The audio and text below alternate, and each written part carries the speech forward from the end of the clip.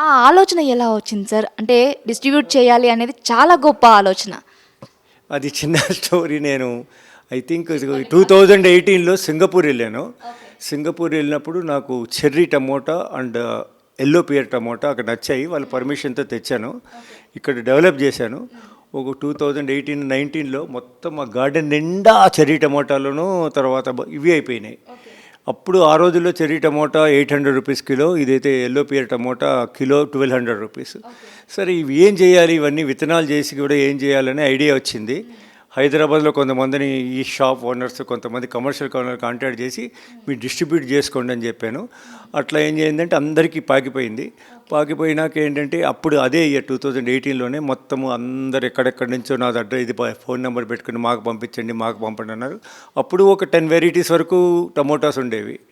So ఈ యొక్క ప్రక్రియలో ఏంటంటే నాకు ఇంటర్నేషనల్లో కూడాను కొంతమంది గార్డెనర్స్ నా ఈ పంచే విధానము, ఈ యొక్క ట్రాన్స్పరెన్సీ నచ్చి వాళ్ళు కూడా రేరెస్ట్ ఆఫ్ రేర్ సీడ్స్ పంపించడం మొదలెట్టారు, మీరు బాగా డెవలప్ చేయమని. అవి కూడా డెవలప్ చేసి అట్లా 2018లో I have grown nearly 60 to 70 varieties of tomatoes.